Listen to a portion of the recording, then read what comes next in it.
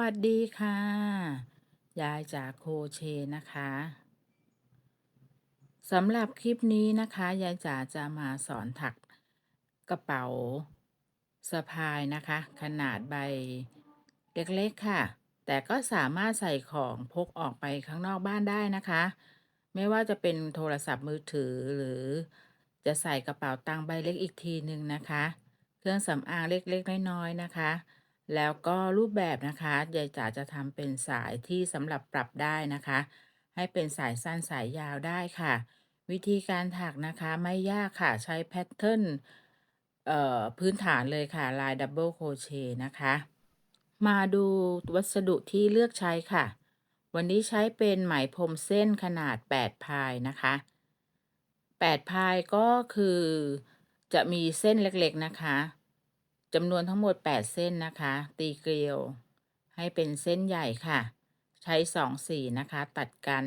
ส่วนเข็มจะใช้7/0นะคะหัวใหญ่สำหรับตัวอุปกรณ์งานฝีมือนะคะไหมพรมและเข็มโครเชต์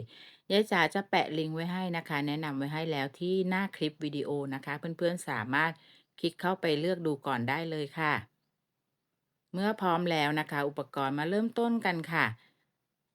สำหรับคลิปนี้นะคะยายจ๋าจะอธิบายไปทีละสเต็ปในแต่ละโลนะคะเริ่มต้นค่ะให้เพื่อนๆทำสลิปน็อตวันนี้เราจะไปด้วยกันช้าๆนะคะเมื่อได้สลิปน็อตแล้วให้ถักโซ่นะคะความยาวของโซ่อยู่ที่จำนวน20โซ่ค่ะ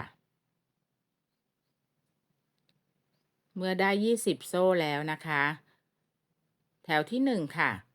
ให้เพื่อนๆถักขึ้นไปที่2โซ่ก่อนนะคะ แล้วถักลายดับเบิลโครเชต์ค่ะหรือพอ1คอนะคะจำนวน3ครั้งนะคะเราจะทำ3ครั้งเลยนะคะลงไปในหลักที่20นะคะหลักเดียวกันนะคะหลักที่20ทำดับเบิลโครเชต์3ครั้งยายจ๋าใส่สัญลักษณ์3 DC ก็คือทำในหลักเดียวกันจำนวน3ครั้งนะคะเมื่อเสร็จแล้วค่ะเราได้3ดับเบิลโครเชต์ในหลักที่20หลังจากนั้นค่ะถักต่อมานะคะในหลักถอยหลังกลับมาเรื่อยๆนะคะเราจะถักหลักละ1ครั้งทั้งหมดที่ถักคือ18หลักค่ะลายดับเบิลโครเชต์เราถักย้อนกลับมาทั้งหมด18หลักนะคะหลักละ1ครั้ง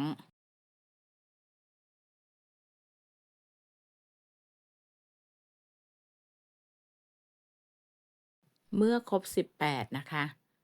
ก็จะมาถึงหลักสุดท้ายจะเหลืออยู่ที่1โซ่ให้เราถักลงไปนะคะในหลักนี้นะคะ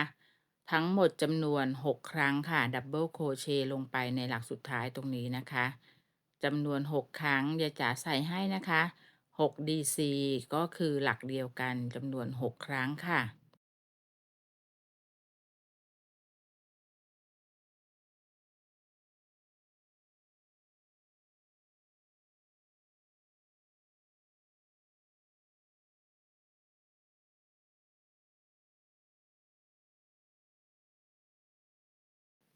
เมื่อได้ครบแล้วนะคะเราก็จะถักหลักถัดมาค่ะเราจะถักลงไปนะคะหลักละ1ครั้งย้อนกลับมาค่ะทั้งหมดก็คือ18หลักเท่ากันค่ะ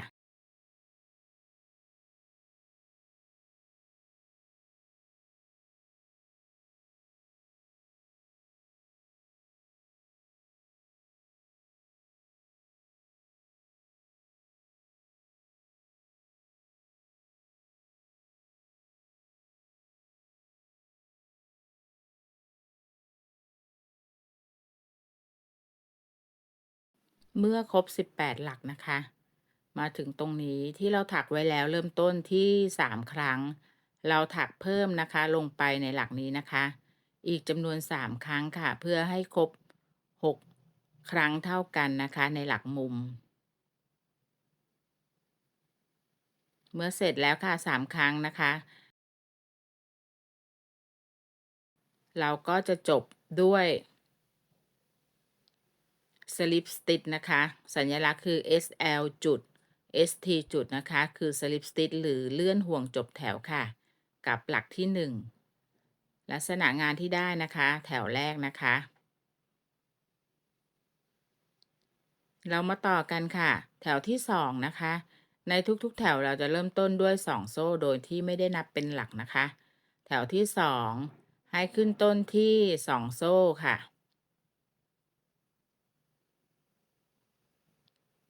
ขั้นตอนต่อไปนะคะยายจ๋าจะบอกทีละสเต็ปนะคะเพราะว่าหลักมุมนะคะจะไม่เหมือนกันนะคะ เราเริ่มต้นที่2 DC นะคะหรือทำดับเบิลโครเชต์2ครั้งลงไปในหลักเดียวกันจำนวนที่ทำคือ2หลักนะคะเดี๋ยวจะใส่วงเล็บแล้วก็เครื่องหมายดอกจันคูณก็คือคูณนะคะ2ก็คือทำ2หลักด้วยลาย2 DC นะคะทำ2หลักติดกันนะคะหลักละ2ครั้งแล้วเราก็ต่อด้วยลายดับเบิลโครเชต์หลักละ1ครั้งค่ะ จำนวนที่ต้องถักทั้งหมดคือ20หลักนะคะ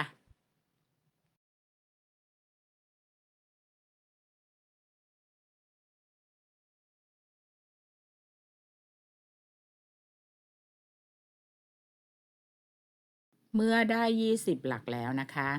มาถึงหลักมุมค่ะ4หลักนะคะ ถัดจากนี้เราจะถักด้วยแพทเทิร์น2 DC นะคะลงไปทั้งหมดคือ4หลักนะคะคูณนะคะคูณ4ก็คือ4หลักที่ต้องถักหลักละ2ครั้งนะคะในวงเล็บ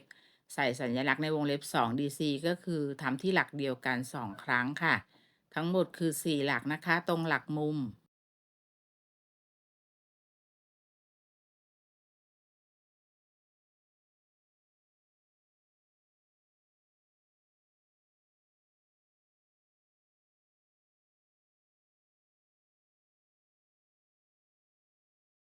เมื่อครบแล้วค่ะ4หลักนะคะ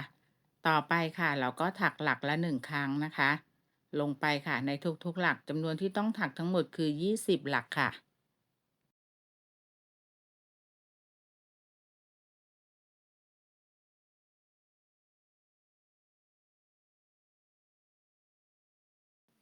เมื่อครบ20หลักค่ะเหลือ2หลักสุดท้ายนะคะ2หลักสุดท้ายนี้ก็คือ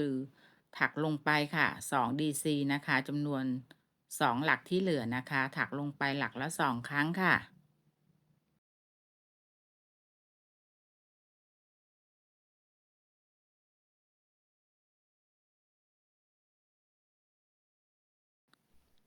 เสร็จแล้วก็สลิปสติ t ค่ะหรือจบแถวนะคะกับหลักที่1เสร็จแล้วค่ะ2แถวก็จะเริ่มงุ้มนะคะตัวกระเป๋าตั้งขึ้นเป็นตัวกระเป๋าค่ะมาต่อกันแถวที่3ค่ะเราเริ่มต้นนะคะที่2โซ่ค่ะต่อนะคะด้วยแพทเทิร์นนะคะเราจะถักลายดับเบิลโครเชต์ลงไปนะคะหลักละ1ครั้ง จำนวน2หลักค่ะ หลักละ1ครั้งนะคะเดี๋ยวจ๋าใส่ DC คูณ2ก็คือหลักละ1ครั้งจำนวน2หลักค่ะ แล้วก็ต่อด้วยลาย2 DC นะคะหรือคือถัก2ครั้งนะคะ2 DC ก็คือถัก2ครั้งลงไปในหลักเดียวกันค่ะ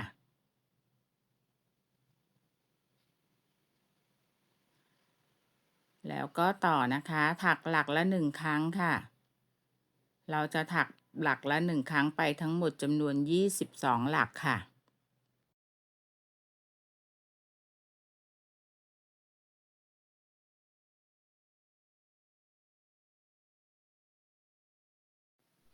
เมื่อครบ22หลักนะคะตรงหลักมุมตรงนี้ทั้งหมดจำนวน6หลักนะคะให้เพื่อนๆถักด้วยแพทเทิร์นนะคะหลักแรกนะคะถัก2 DC ค่ะแล้วก็4หลักต่อเนื่องนะคะ4หลักถัดไปถักหลักละ1ครั้งค่ะ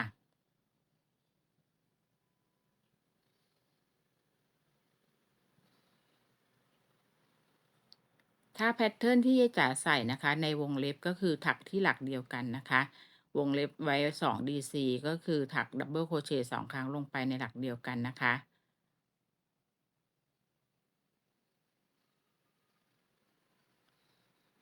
อันนี้เราก็จบนะคะหลักด้วย 2DC นะคะตรงนี้นะคะหัวมุมนะคะทั้งหมด6หลักนะคะถักด้วยแพทเทิร์นที่ใส่ไปให้เมื่อกี้นะคะแล้วต่อค่ะหลักละ1ครั้งเหมือนกันค่ะเท่ากันนะคะหลักละ1ครั้งทั้งหมดคือ22หลักค่ะ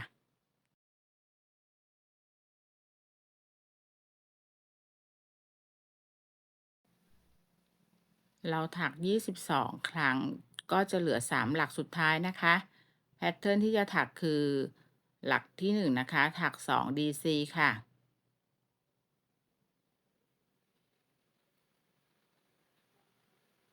เสร็จแล้วเราก็ต่อด้วย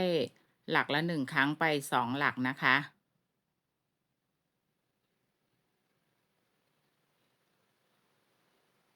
เมื่อครบแล้วเราก็จบแถวได้เลยค่ะ Slip Stitch นะคะกับหลักที่1ค่ะ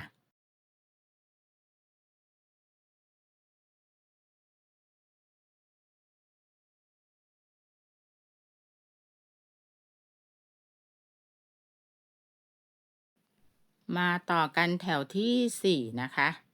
แถวที่4เริ่มต้น2โซ่เหมือนเดิมค่ะต่อด้วยแพทเทิร์นนะคะ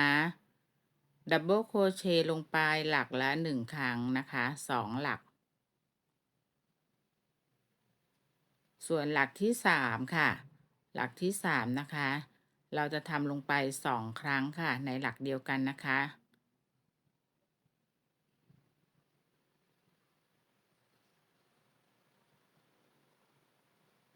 แล้วต่อด้วยหลักละ1ครั้งค่ะ เราถักหลักละ1ครั้งไปทั้งหมดคือจำนวน24หลักนะคะ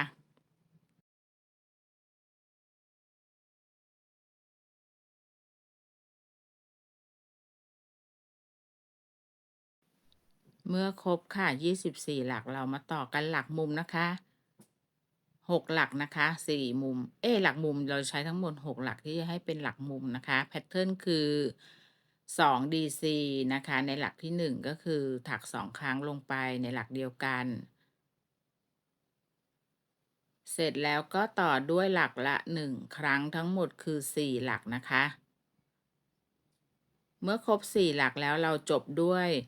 2DC นะคะในหลักที่6นะคะอันนี้หลักมุมนะคะทั้งหมด6หลักถักด้วยแพทเทิร์นที่ใส่ให้เลยค่ะ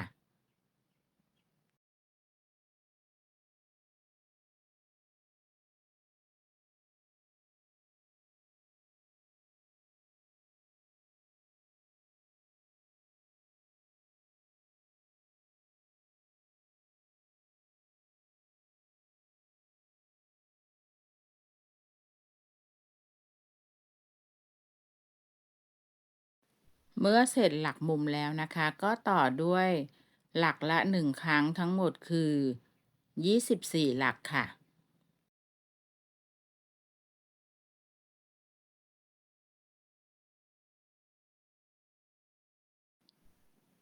เราจะเหลืออยู่ที่3หลักสุดท้ายนะคะ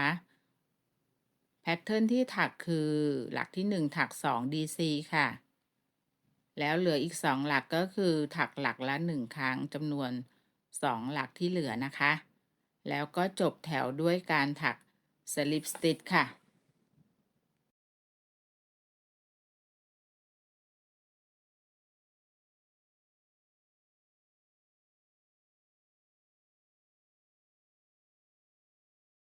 เมื่อเสร็จ4แถวแล้วนะคะลักษณะงานที่ได้ค่ะ ต่อไปค่ะตั้งแต่แถวที่5นะคะจนถึงแถวที่7แพทเทิร์นเหมือนกันนะคะไม่มีการถักเพิ่มนะคะให้เราเริ่มต้นที่2โซ่นะคะในทุกๆแถวนะคะแถวที่5 6และ7นะคะแล้วถักด้วยลายดับเบิลโครเชต์นะคะลงไปหลักละ1ครั้งนะคะจำนวนที่ถักทั้งหมดคือแถวละ64หลักนะคะไม่มีการถักเพิ่ม จำนวนหลักนะคะเราถักลงไปหลักละ1ครั้งแถวละ64หลัก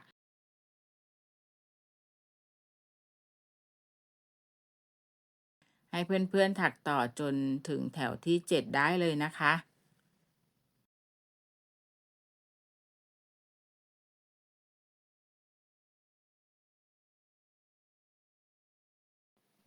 เมื่อจบ7แถวค่ะ ได้ลักษณะกระเป๋าตั้งขึ้นมาชัดเจนแล้วนะคะตรงนี้นะคะต่อไปค่ะแถวที่8นะคะสำหรับแถวที่8เราจะถักลดจำนวนหลักลงนะคะด้านข้างทั้งสองข้างนะคะเพื่อให้ตัวกระเป๋าเขามีลักษณะที่งุมเข้านะคะเริ่มต้นที่2โซ่ค่ะแล้วก็เราจะใช้ลายนะคะเพื่อนๆมาดูนะคะไปด้วยกันช้าๆค่ะอันนี้เราจะเรียกลายลดจำนวนหลักนะคะใช้ลาย2 DC นะคะ TOG นะคะก็คือ Double Crochet แบบ2หลักรวบห่วงพร้อมกันค่ะเราปลด2แบบนี้นะคะแล้วค้างไว้เสร็จแล้วก็ปลดทีเดียวค่ะแบบนี้นะคะก็คือลด2หลักตรงนี้ให้เหลือ1หลักข้างบนเราใช้ลายนี้เสร็จแล้วเราก็ต่อด้วยลายหลักละ1ครั้งได้เลยนะคะทั้งหมดก็คือจะถักไปจำนวน28หลักค่ะหลักละ1ครั้งนะคะ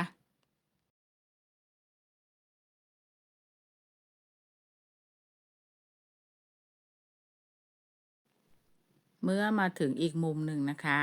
เราจะใช้ทั้งหมด4หลักแล้วลดให้เหลือ2หลักนะคะ ก็คือทำ2ชุดนะคะด้วยลาย DC 2แล้วก็ TOG นะคะ TOG ก็คือย่อมาจากคำว่า Together นะคะรวบห่วงพร้อมกันนั่นเอง1ชุดนะคะแล้วก็ต่ออีก1ชุดค่ะวิธีการนะคะพันหัวเข็มค่ะ Double Crochet ปลด2ห่วงก่อนค้างไว้1แล้วก็ลงไปอีก1หลักค่ะปลด2และเสร็จแล้วเหลือ3ห่วงในเข็มปลดห่วงพร้อมกันค่ะก็คือหลักมุมนะคะจาก4เหลือ2ที่เหลือก็ถักต่อได้เลยค่ะหลักละ1ครั้งทั้งหมดคือ28หลักค่ะ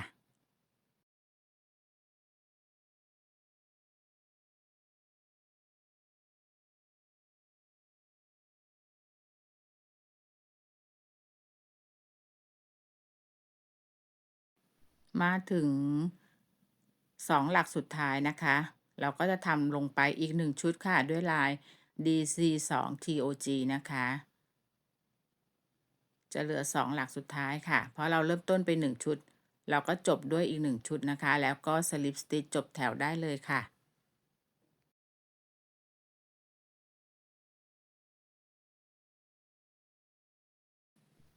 เมื่อเสร็จแถวนี้นะคะลักษณะกระเป๋าก็งุ้มเข้านะคะ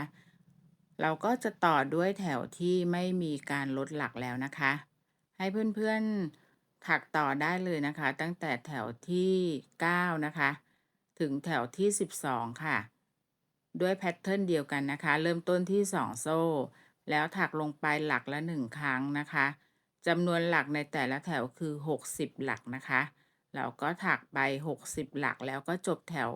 Slip Stitch เหมือนกันนะคะในทุกๆแถวค่ะให้เพื่อนๆถักต่อได้เลยนะคะถักไปอีกทั้งหมด4แถวค่ะแถวที่9ถึงแถวที่12นะคะ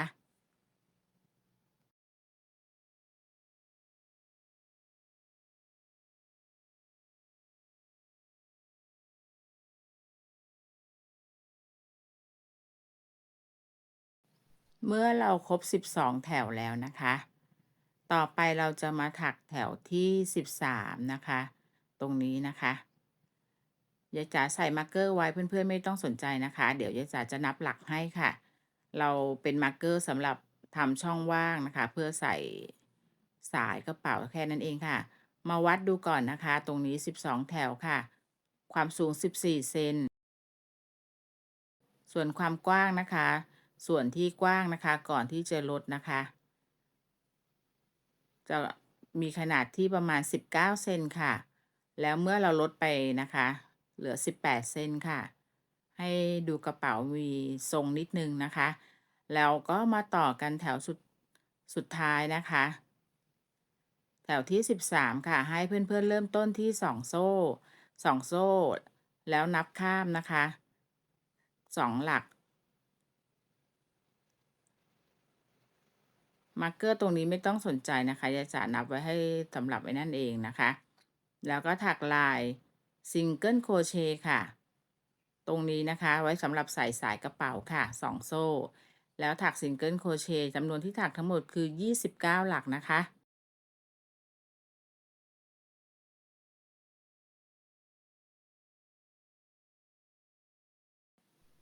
เมื่อครบ29หลักนะคะตรงนี้นะคะมาร์กเกอร์อันนี้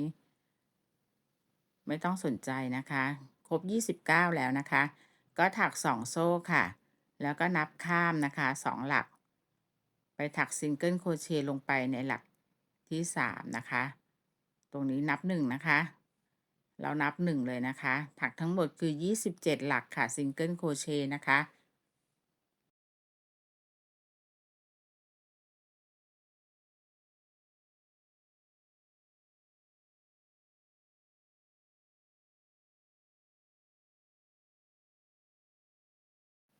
เมื่อครบ27หลักก็จะพอดีนะคะ เราก็สลิปสติชได้เลยค่ะกับหลักแรกนะคะ จบแถวนะคะ แล้วก็ตัด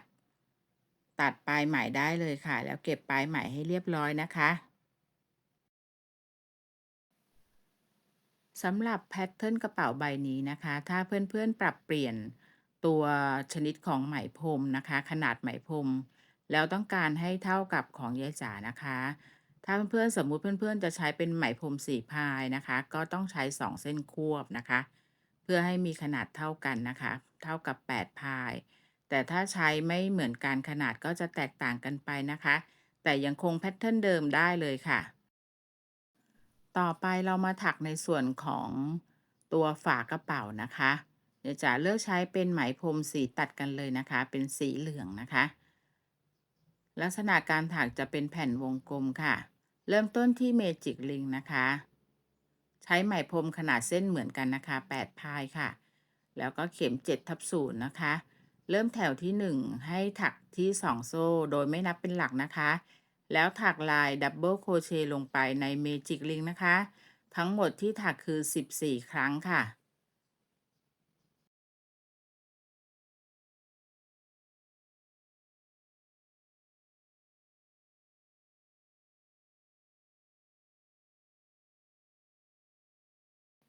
เมื่อครบ14ครั้งแล้วนะคะหรือ14หลักก็รูดปิดรูตรงกลางค่ะ แล้วทำการจบแถวนะคะกับหลักดับเบิลโครเชต์ที่1ค่ะ เราข้ามที่2โซ่เริ่มต้นนะคะไม่นับเป็นหลักนะคะ แล้วก็มาต่อค่ะแถวที่2เหมือนเดิมค่ะขึ้นต้น2โซ่โดยไม่นับเป็นหลักค่ะแล้วถักลงไปนะคะตั้งแต่หลักที่1ตรงนี้เลยนะคะด้วยลายดับเบิลโครเชต์2ครั้งในหลักเดียวกันนะคะเราจะถักแบบนี้นะคะหลักละ1ครั้งถักลงไปทั้งหมด14หลักนะคะจำนวนหลักก็จะเพิ่มขึ้นทวีคูณนะคะจาก14ก็จะกลายเป็น28หลักค่ะ เมื่อเสร็จแล้วนะคะ เมื่อเราถักครบแล้ว28หลักที่เราจะได้นะคะ จบแถวเหมือนเดิมนะคะสลิปสติ c นะคะ แล้วเราจะมาแบ่งครึ่งในการถักนะคะ ให้เพื่อนๆนับหลักนะคะ ตั้งแต่หลักที่1เราจะนับมา14หลักนะคะ ให้ใส่มาร์กเกอร์ไว้ค่ะ เราจะถักลายในแถวที่3แค่ครึ่งหนึ่งนะคะ วิธีการนะคะเริ่มต้นนะคะแถวที่3ค่ะ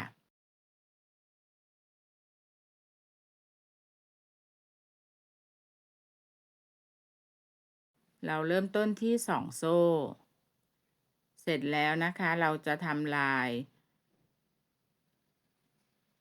half double crochet 3ครั้งนะคะแบบเป็นคัสเตอร์นะคะก็คือปลดห่วงพร้อมกันนะคะแล้วเราก็ขั้นด้วย2โซ่นับข้าม1หลักค่ะไปทำเป็นคัสเตอร์ในหลักถัดไปค่ะ1นะคะแล้วก็2แล้วก็3นะคะเมื่อได้ครบแล้วปลดห่วงพร้อมกันเลยค่ะแล้วก็ถัก2โซ่ค่ะ 1ก่อนนะคะเราถักล็อกไว้1แล้วก็เพิ่มอีก1นะคะแล้วก็ทำเหมือนเดิมค่ะข้ามไป1หลักทำหลักถัดไปนะคะทำซ้ำอีกจำนวน5ครั้งค่ะ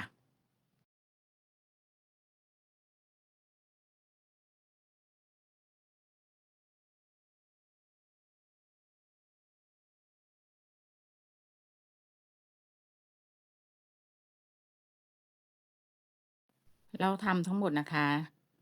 จำนวน7ชุดนะคะแล้วเราก็จะมา ทำลายแพทเทิร์นดับเบิลโครเชต์ธรรมดานะคะเราข้าม1หลักแล้วทำหลักถัดไปนะคะเราทำด้วยลายหลักแรกดับเบิลโครเชต์1ครั้งนะคะสลับกับหลักที่2ค่ะทำ2ครั้งนะคะในหลักเดียวกันนะคะหลักที่2ทำดับเบิลโครเชต์ลงไป2ครั้งค่ะเราจะถักแพทเทิร์นนี้นะคะ1 2 1 2อย่างนี้สลับกันไปทั้งหมดอีก7ชุดนะคะเดี๋ยวจะใส่แพทเทิร์นไว้ให้ในวงเล็บแล้วคูณ7ก็คือทำทั้งหมด7ชุดนะคะ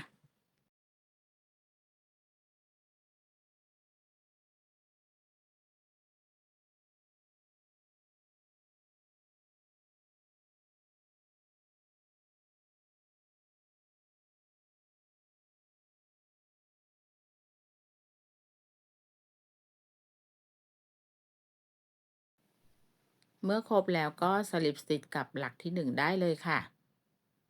ตรงนี้นะคะ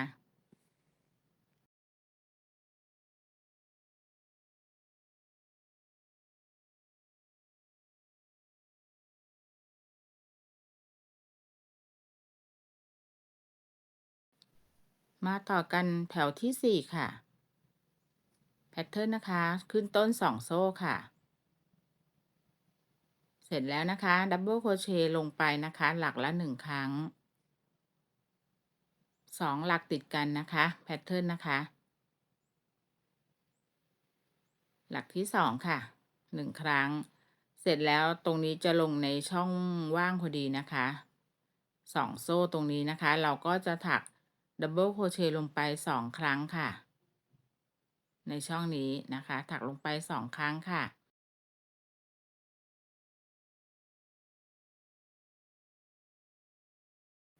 ก็จบ1ชุดนะคะยายจ๋าใส่วงเล็บให้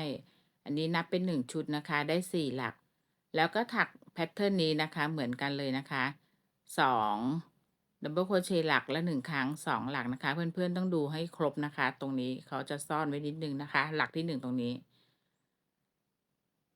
เราจะถัก1 1แล้วก็2นะคะทั้งหมดที่จะต้องถักคือ14ชุดในแถวที่4นะคะเราถักต่อเนื่องไปเลยนะคะทั้งที่บนที่เป็นลายตรงนี้นะคะกับที่เป็นช่วงครึ่งหลังที่เป็นลายทึบนะคะแพทเทิร์นเดียวกันนะคะก็คือ DC คูณ2นะคะแล้วก็ขั้นด้วย2 DC นะคะทั้งหมดคือนับแล้วต้องถักทั้งหมด14ชุดนะคะอันนี้เพื่อนๆถักไปได้เลยนะคะทั้งหมด14ชุดจนจบแถวค่ะ ลักษณะงานที่ได้นะคะ4แถวมาต่อกันแถวที่5ค่ะขึ้นต้น1โซ่แล้วซิงเกิลโครเชต์นะคะในหลักที่1อันนี้จะเป็น3โซ่นะคะแล้วก็ข้าม1หลักค่ะไปทำซิงเกิลโครเชต์ในหลักถัดไปแล้วก็3โซ่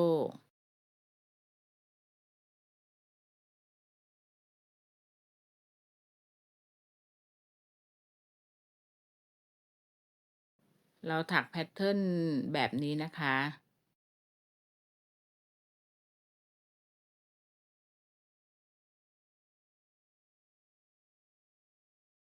เราถักทั้งหมดคือ14ชุดนะคะแพทเทิร์นริมเสร็จแล้วอีกครึ่งหนึ่งตรงนี้นะคะ เราจะทำการถักลายสลิปสติชนะคะหรือเลื่อนห่วงไปเรื่อยๆเลยนะคะในทุกๆหลักนะคะจนจบแถวค่ะ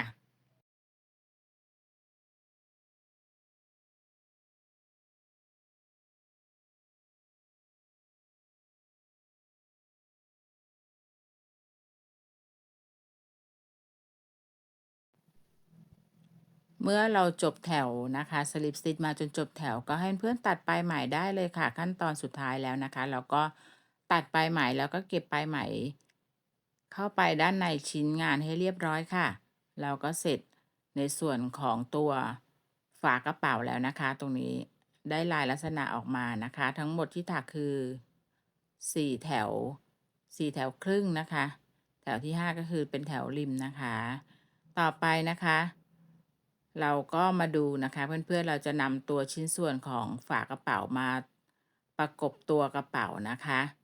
เราจะเลือกลายข้างหลังนะคะในส่วนที่เห็น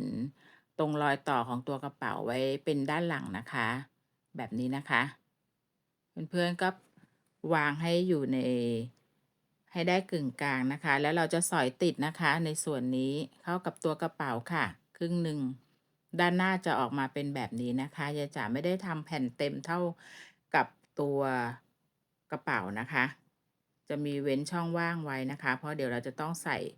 ในส่วนของสายกระเป๋าค่ะส่วนวิธีการสอยติดนะคะอันนี้ยายจ๋าจะใช้เข็มหมุดเนาไว้ก่อนหรือเพื่อนๆจะใช้เป็นกาวทาไว้ก็ได้นะคะเสร็จแล้วนะคะเวลาที่จะเย็บติดยายจ๋าจะใช้เป็นตัวเอ็นใสนะคะอันนี้นะคะถ้าเพื่อนๆยังไม่มีนะคะเดี๋ยวยายจ๋าจะมีแนะนำลิงก์สำหรับสั่งซื้อแปะไว้ให้ที่หน้าคลิปนะคะลองเข้าไปดูนะคะวิธีการก็สอยติดธรรมดาเลยค่ะ เพราะเขาเป็นเอ็นใสอยู่แล้วนะคะเขาก็จะไม่เห็นนะคะเพื่อนๆพยายามแทงเข้าไปในส่วนของตัวกลางหลักนะคะตรงนี้เราพยายามแทงที่กลางหลักนะคะแล้วก็ไปเกี่ยวในส่วนของตัวกระเป๋าข้างล่างค่ะแล้วก็แทงขึ้นที่กลางหลักของฝากระเป๋านะคะถึงเขาจะเป็นเอ็นใสเราก็ไม่ควรทำให้เห็นเด่นชัดนะคะเพื่อนๆพยายามซ่อนตัวเอ็นไว้ด้วยนะคะ ก็ถักวนไปนะคะยายจ๋าเริ่มจากกึ่งกลางของตัวด้านหลังนะคะ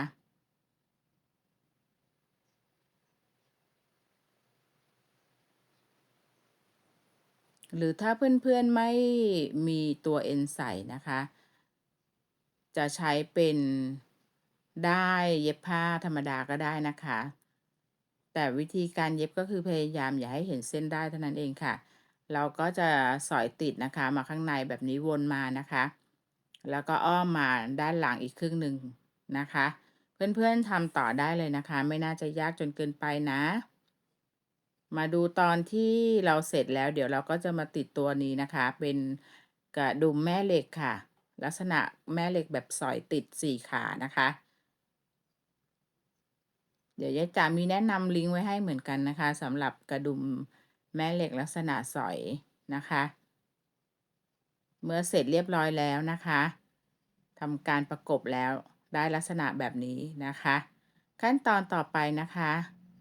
เดี๋ยวเราจะมาถักในส่วนของสายกระเป๋าค่ะ ซึ่งใบนี้นะคะเนี่ยจ๋าก็เลือกใช้สายแบบง่ายๆเลยค่ะใช้เป็นการถักโซ่ธรรมดานะคะแต่จะใช้เป็นลักษณะของ2 เส้นนะคะใช้ไหมพรมของทั้ง2 สีนะคะมาถักคู่กันค่ะวิธีการนะคะเพื่อนๆก็จับไหมมา2 เส้นคู่กันแบบนี้นะคะเสร็จแล้วนะคะเราก็ทำสลิปน็อตค่ะเกี่ยวทั้ง2 เส้นนะคะแล้วให้เพื่อนๆแยกนะคะแยกไหมออกจากกันสีใดก็ได้นะคะเลือกไปพันที่นิ้วมือไว้1 เส้นค่ะอีก1 เส้นนะคะเราจะไว้สำหรับคล้องแบบนี้นะคะแล้วเราถึงจะถักโซ่ค่ะผ่านมาแบบนี้นะคะง่ายๆค่ะแล้วก็คล้องโซ่ถัดไปนะคะเราก็ทำไปเรื่อยๆค่ะให้เพื่อนๆถักลักษณะนี้นะคะถักหลวมๆนะคะเพื่อนๆอย่าคล้องตึงมากนะคะต้องให้ระดับเขาเสมอกันนะคะเพื่อให้เขาเป็นเส้นตรงนะคะ เราถักไปได้เรื่อยๆเลยค่ะความยาวตามต้องการนะคะเมื่อเสร็จแล้วถึงหลักสุดท้ายความยาวที่ต้องการแล้วนะคะยายจ๋าจะถักมาอยู่ที่ประมาณความยาวอยู่ที่100 เซนค่ะตรงนี้นะคะพับแล้ววัดจะได้อยู่ที่100 เซนค่ะหลักสุดท้ายเราก็เก็บนะคะด้วยวิธีการนะคะพอเหลืออย่างนี้เราก็เกี่ยวทั้ง2 เส้นค่ะแล้วก็ตัดปลายไหมได้เลยค่ะ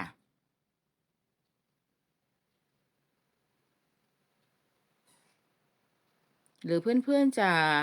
ปรับเปลี่ยนเป็นลายอื่นก็ได้นะคะสำหรับสายกระเป๋านะคะอันนี้ยายจ๋าถักลายโซ่ธรรมดาค่ะแต่ใช้2 เส้นควบนะคะแล้วก็ขั้นตอนต่อไปนะคะเรามาทำสายกระเป๋านะคะใส่ในช่อง2 โซ่ที่เราเว้นไว้นะคะในการถักแถวสุดท้ายของตัวกระเป๋าค่ะ ในการใส่สายกระเป๋านะคะเพื่อนๆสามารถปรับเปลี่ยนได้ตามชอบนะคะยายจ๋าวันนี้นะคะใบนี้ยายจ๋าจะทำเป็นลักษณะของ ผูกปมด้านนอกนะคะในด้านที่1นะคะเราจะผูกปมด้านนอกแบบนี้นะคะเป็นตัวล็อกนะคะไม่ให้สายหลุดแล้วก็เพิ่มความเก๋นะคะตรงนี้เสร็จแล้วเพื่อนๆก็พันเก็บตัวปลายไหมนะคะ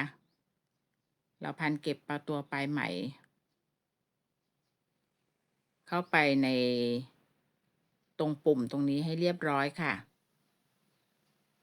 ถ้าเพื่อนๆที่รับชมมาถึงตรงนี้แล้วนะคะเดี๋ยวจ๋ารบกวนนิดนึงนะคะส่งกำลังใจให้ด้วยนะคะฝากเพื่อนๆกดไลค์นะคะกดไลค์หรือกดแชร์นะคะเพื่อเป็นกำลังใจให้ช่องยายจ๋าด้วยนะคะเมื่อเราเก็บตัวปลายไหมพรมเข้ามาในเอ่อปมตรงนี้เรียบร้อยแล้วนะคะเพื่อนๆก็ตัดทิ้งได้เลยค่ะ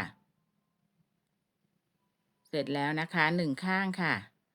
ทีนี้นะคะมาทำอีก1ข้างค่ะลักษณะนะคะก็เหมือนกันค่ะแต่ตรงนี้นะคะเราก็ทำเป็นปมเหมือนกันนะคะ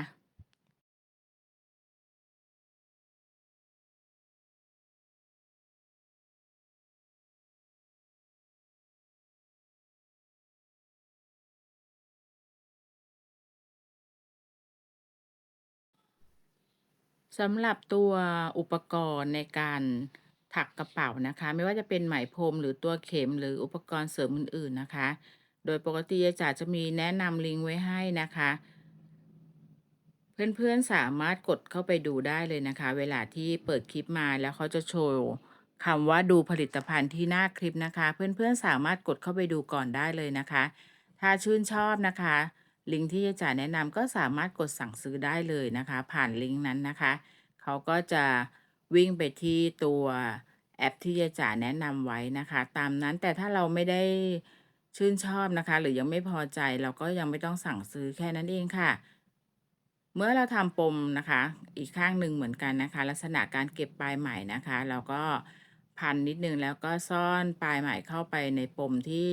เราทำการผูกไว้ให้เรียบร้อยนะคะสำหรับแพทเทิร์นกระเป๋าใบนี้นะคะไม่น่าจะยากเกินไปนะคะยิ่งเฉพาะมือใหม่ถ้าเพิ่ง